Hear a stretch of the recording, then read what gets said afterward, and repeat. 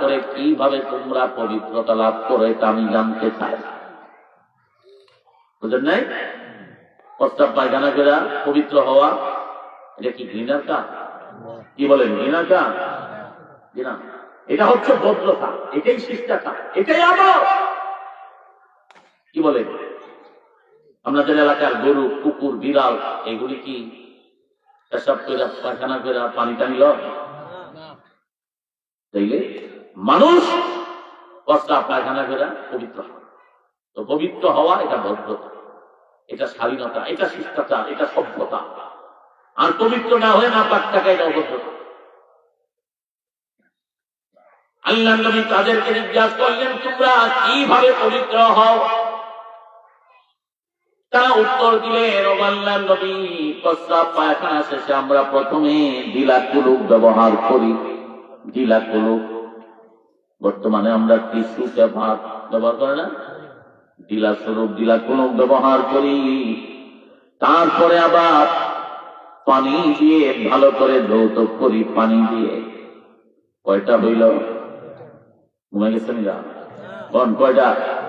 প্রথমে ঢিলা কুলুক, তারপরে আল্লাহ নবী বলে দিলেন, এই জন্যই তো তোমাদের ব্যাপারে আরশের মালিক, আসমান জমিনের মালিক আল্লাহ তাআলা তোমাদের প্রশংসা জ্ঞাপন করে জিবরিলের মাধ্যমে আয়াত নাযিল করেছেন। আমার সাহাবীরা শোনো, তোমাদের ব্যাপারে আল্লাহ তাআলা ঘোষণা দিয়েছেন, ফিহি, এই কুবা পল্লীতে এমন কিছু লোক আছে, ফিহি রিজালুন ইউহিব্বুনা আন ইয়াতাতাহহারু, এই কুবা পল্লীতে এমন কিছু লোক আছে যারা ভালোভাবে পবিত্র হওয়াকে পছন্দ করে। আল্লাহ তাআলা তোমাদের এই প্রশংসা জ্ঞাপন করে এরপরে অংশে তিনি জানাই দিলেন, ইন্নাল্লাহা ইউহিব্বুল মুত্তাহহিরিন, এমন পবিত্রবান বান্দাকে আল্লাহ নিজে ভালোবাসে। বুঝেন? হালাল খাবার এটা যেমন পেটকে পবিত্র, পেশাব পায়খানা থেকে দেহটাকেও পবিত্র করতে হবে, ঠিক কিনা? এইরকম পবিত্রবান বান্দাকে কে ভালোবাসে? যুবক নওজোয়ান, আজকে নিজেরা নিজেরা বলেন পেশাব পায়খানা থেকে, এই যে আরবের লোক এরা এইভাবে পবিত্র হইলেও প্রশংসা করলো, কারণটা কি? ওই দেশে, আমাদের দেশে তো পানির অভাব নেই, নদীমাতৃক দেশ, পানি আমরা হাতের নাগালে 50 ফিট 40 ফিট বসাইলেও ব্রাহ্মণবাড়িয়া সদর পানি পাওয়া যায়, তাই না? আরবে পানির কাছে যত সমুদ্র আছে লোনা পানি, এর দিকে আইনা রিফাইন করে তারা পানি ইউজ করে ব্যবহার। ওই দেশের তেলের দাম 1 লিটার 2 লিটার তেল হচ্ছে 1 রিয়াল, তার মানে 1 লিটার তেল কি 8 রিয়াল, 1 লিটার পানির দাম হইল 2 রিয়াল। তো পানির দামটা কম না বেশি? তেলের চেয়ে বেশি। ওই দেশে সাহাবীরা ঢিলা কুলুক ব্যবহার করে আবার পানি ব্যবহার করছে, তাদের এই পবিত্রতা পছন্দ করছেন কি? আজকে বলেন, আমিও তো একজন পুরুষ, আপনিও তো একজন পুরুষ, যুবক তুমি তোমারে জিজ্ঞাসা করো, কত যুবক আছে এই যে একটা লেবাস পরছে, আচ্ছা কোন তো দেখতে, এই যে একটা প্যান্ট আছে, যে যুবকরা টাইট প্যান্ট জিন্সের প্যান্টটা পরছে, কোন তো দেখি এটা দিয়া কি টয়লেটে বসা যায়? কি কর বসা যায়? কেমনে করা লাগে? দাঁড়ায় দাঁড়ায় যে করলো, একটা বার চিন্তা করলো না, আল্লাহ তো আমার সৃষ্টি সেরা বানাইছে, আমার জন্য তো আমার বাবা ঘর বাড়ি বানাইছে, আমার জন্য তো টয়লেট বানানো আছে, ঠিক কিনা? কুকুরের জন্য, বিড়ালের জন্য, হাঁস মুরগির জন্য, গরুর জন্য টয়লেট আছে, এটা তো টয়লেট। আমি আশরাফুল মাখলুকাত, আমি সৃষ্টি সেরা, এখন আমার প্রস্তাব চলছে, দাঁড়িয়ে মানে একটু তাকাইয়া যায়, বাস দাঁড়ায় ভাই, একজন বা দুইজন দাম, রাত বাজতেছে মনে হয় 10টার উপরে, নাকি আমার 10টার কাছে, এখানে খেলাটা একটু বন্ধ করে মেহরবানি করে দুইজন যান, যারা বুঝবান যাইবেন, যারা খেলা হয়তো ব্যক্তি জমায় না, আমার কাছে রেখে দেবেন, আমরা যদি ভয় পাই পোলা মানে একটু মেহরবানি করে সরাই খুব মনোযোগী বসেন। আমি মূল কথাটায় আসছি। আজকে যুবক নওজোয়ান, তুমি তোমারে জিজ্ঞাসা করো, প্রস্রাবের জন্য টয়লেট আছে, বাথরুম আছে, শরীয়তে বিধান দিচ্ছে, বিরাকুলুক দিয়া তুমি পবিত্র হইবা, পানি ব্যবহার করে পবিত্র হইবা। তোমার কাছে কোনটা মজা লাগছে? একটা কুকুরে দাঁড়ায় যেরকম পেশাব করছে তুমিও করলা, কষ্ট নিও না। আমি তোমার কুকুর বলছি না, কোরআনে বলতেছে, কোরআনে বলতেছে। কোরআনের আইনা দিয়ে তুমি তাকাও, তোমার জিন্দিগিটা কার সাথে তুমি লাগাইতেছো। এই যে একটা পেট, এটা তো মুসলমানদের জন্য না। এইটা বইটা কি ফাঁক হওয়া যান? অর্ধেক পেশাব বাইরে পড়ছে, অর্ধেক ভিতরে, অর্ধেক কাপড়ে। তো শরীর কি ফাঁক হয়েছে না? না ফাঁক। তো না ফাঁক শরীর হলো শয়তানের বাচ্চা। দাঁড়ায় যে পেশাব করলো, এটা কি পেশাব কর? আমার দাদাজি বড় হুজুর রহমতুল্লাহ আলাইহি, হ্যাঁ, একবার কুরবানির গরু আনছে, পরে কুরবানির গরু যখন গরু পেশাব করে, গরু বুঝি পেশাব করে, ধমক দিচ্ছে দাদা, গরু সেনা, গরু পেশাব করে দেয়, পরিবেশা বুঝবো। পরে আমি গেলাম পেলে পেশাব দাঁড়ায় যেটা করে মুখে, কুত্তা মুখে, গরুয়ে সেনা, এক একটা মানুষ ও মানুষের পেশাব করে। তো যে পেশাব করার পরে ঢিলা কুলুক ব্যবহার করা পাঁচ পবিত্র হয়, এইটা হইল পেশাব, এইটা হইল পেশাব। সে পেশাব করছে, আর যেটা দাঁড়ায় থাকছে এটা তো পাঁচ হচ্ছে না, এই তো মুচ্ছে। কষ্ট নিচ্ছেন না আবার আমার কথা? বাস্তবতার সাথে লজিক আছে কিনা? না, কুকুরে কেউ দেখে না ডাইনে মানে কেউ আছে কিনা নাই, এর ধরছে, এর ধরতে ধরতে এক জায়গায় এইলে যুবক, তোমার জিন্দিগিটাকে এরকম।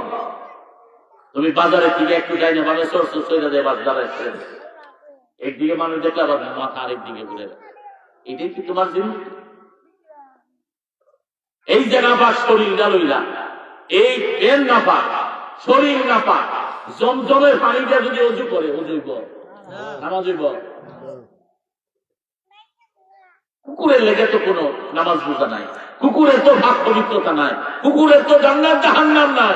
তোমার তো আছে, তোমার তো আল্লাহ দিচ্ছে শরীয়ত, তোমার তো আল্লাহ দিচ্ছে কোরআন, তোমার তো আল্লাহ নবী বানাইয়া এগুলি শিক্ষা দিচ্ছে। আমার ওয়াজটা হয়তো অনেকের কাছে পিতা লাগবে, কিন্তু খুব খেয়াল করে আল্লাহ নবীও একদিন সাহাবীদেরকে যখন এইভাবে শিক্ষা দিলাগুলো আবু দাউদ শরীফের রিওয়ায়াতে এসেছে, ইহুদিরা সাহাবীদের তিরস্কার করে, তোমরা নবী না বিশ্ব নবী, তো বড় নবী হইয়া শরমের কথাগুলো ইটা শিখা। সাহাবীরা নবীজির কাছে গিয়ে বলতেছে, ইয়া রাসূলুল্লাহ, ইহুদিরা তো আমাদের সমালোচনা করতেছে, আপনারা সমালোচনা কি? যে নবীরা বিশ্ব নবী, সবচেয়ে বড় নবী, সবচেয়ে শ্রেষ্ঠ নবী, তো ঢিলা কোন কিভাবে ব্যবহার করবে এইগুলি শিখা। আবু দাউদ শরীফের রিওয়ায়াতে এসেছে, আল্লাহর নবী বলেন, আজাল, শোনো, আমি বিশ্ব নবী, আমি এগুলি শিখাই। আনা বিমানজিলাতে আবিদ, নবীজি বলছেন, আমি তোমাদের পিতা। তুমি একজন পিতা যেমন সন্তানকে লঙ্গি কিভাবে বাঁধতে হয় শিখায় না? কি কোন মুরব্বী শিখানি? ছোট থাকতে আপনি লঙ্গি বান্ধা শিখছেন কার কাছে? কাপড়টা কিভাবে করতে হইব শিখছেন কার কাছে? গোসল কেমনে করতে হইব, লুকমা কিভাবে মারতে হবে, লুকমা কিভাবে খাইতে হবে, মাছ কিভাবে খাইতে হবে, এগুলি শিখছেন কার কাছে? মা বাবার কাছে। আল্লাহ নবী সরকারে দু আলম বিশ্ব নবী রাহমাতুল লিল আলামিন, তিনি সাহাবীদেরকে বললেন, শোনো, আজাল ইন্নামা আনা লাকুম বিমানজিলাতি আবিকুম, ওয়া সাহাবীরা শোনো, আমি তোমাদের বাবা তুল্য। একজন বাবা যেমন সন্তানকে ভদ্র বানায়, একজন বাবা যেমন সন্তানকে পবিত্রতা শিখায়, ভদ্র বানাইতে, একজন বাবা যেমন সন্তানকে সব কিছু শিখায়, আমি নবীও তোমাদেরকে ভদ্র বানানোর জন্য, এইগুলি শিক্ষা দেওয়ার জন্য আল্লাহ তাআলা আমাকে মুআল্লিম, শিক্ষক রূপে প্রেরণ করেছে।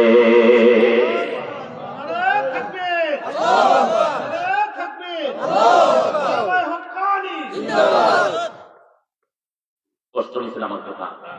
আমি যে একটু আগে বলছি আমাদের জিন্দগিটা কি রকম।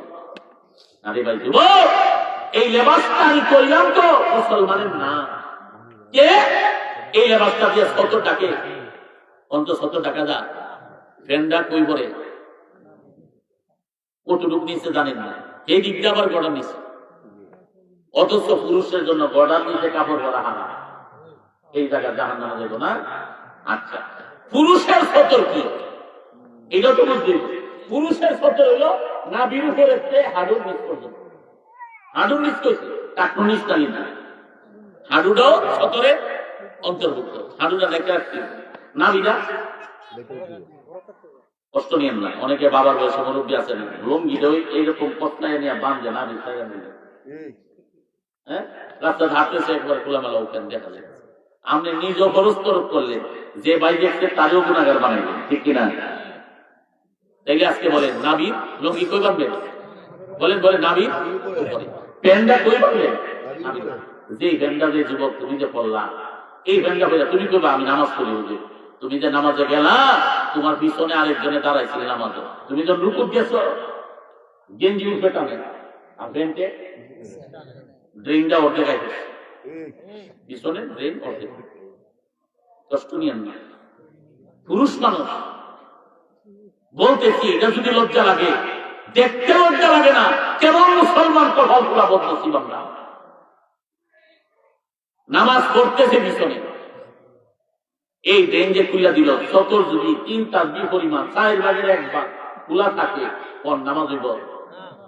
কোন মুফতি মুহাদ্দিস সাইনাদের মক্কার ইমামদের দিগান দেয় 4 তাসবিহ পরিমাণ একটা সতরে 4 ভাগের 1 ভাগ 3 তাসবিহ পরিমাণ যদি খোলা থাকে, নামাজ হইব? হইব না। তাইলে আজকে যুবক তোমার কষ্ট দেওয়ার উদ্দেশ্য না, বাবার বয়সে মুরব্বী আপনার কষ্ট দেওয়ার উদ্দেশ্য না আমার। আমি চাই আপনার জাহান্নাম থেকে বাঁচা। তোমার হুজুর পেশাবটা এত কঠিন, বলে হ্যাঁ আসেন একটু শুনে, কিরে ভাই 3 জন একটু আসেন না,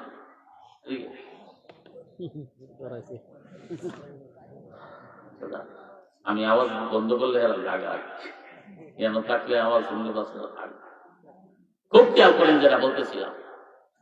আল্লাহ কোরআনে বলে দিচ্ছে لهم قلوب لا يفقهون بها ولهم آذان لا يسمعون بها ولهم أعين لا يبصرون بها أولئك كالأنعام بل هم أضل। শোনো দুনিয়ার মানুষ, শুনে রাখ, যাদেরকে কথাগুলি বললে পরে বুঝে না, অন্তর আছে বুঝে না, কান আছে শুনে না, এক কানে ঢুকায় আরেক কানে বের করে, আসেনি? ওয়াজ আজকে শুনতেছেন নি? শুনে যায় আবার যেছে এক কানে ঢুকাইছে আরেক কানে বের করছে, শুনছে অন্তরে, অন্তর আছে বুঝে না। ওয়ালাহুম আ'য়ুনুন লা ইউবসিরুনা বিহা, আল্লাহ বলতেছে তাদের চক্ষু আছে কিন্তু চোখ দ্বারা দেখে না, চোখের সামনে দেখতেছে, এইভাবে প্যান করে পরে কিডনি রোগে আক্রান্ত হয়েছে, প্রস্রাব পরিষ্কার হয় না, পরবর্তীতে প্রস্রাবের রাস্তায় ক্যান্সার হয়েছে। চম্পকনগরের মানুষ তারই বন্ধু ক্যান্সারে আক্রান্ত হইয়া কেমো টেমো লইয়া শেষ পর্যন্ত কবরে গেছে, পচা গইলা, ঠিক কিনা? নিজের চোখের সামনে। একটু আগে বুঝছি এই ফ্যানটা বললে ডাক্তারে বলে, ডাক্তারি সায়েন্সে বলে, মেডিকেল সায়েন্সে বলে কিডনি রোগে আক্রান্ত হয়, পেশাব থলিতে প্রস্রাব জমা থাকে, কিলার হয় না, যার ফলে ক্যান্সার হয় না। এর চোখের সামনে দেখছে ক্যান্সারে আক্রান্ত হইয়া বিস্তার গড়াইয়া পড়ছে মরছে, এরপরেও দেখাও এই ক্যান্সারে না আসেনি। আল্লাহ বলতেছে যাদের অবস্থা এইরকম, বললাম, বলার পরও কানে ঢুকাইছে, আরেক কান দিয়ে বের করছে। চোখে দেখার পরও বুঝে দেখে নাই, কানে শুনেও শুনে নাই। আল্লাহ বলতেছেন, শুনো তাদের দৃষ্টান্ত, উলাইকা কাল আনআম, তারা হচ্ছে চতুষ্পদ জন্তুর মতো। আর একটু সামনে গিয়ে বলে বাল হুম আদাল, বরং চতুষ্পদ জন্তুর চেয়েও তারা আরো বড় নিকৃষ্ট। যুবক, আমি তোমারে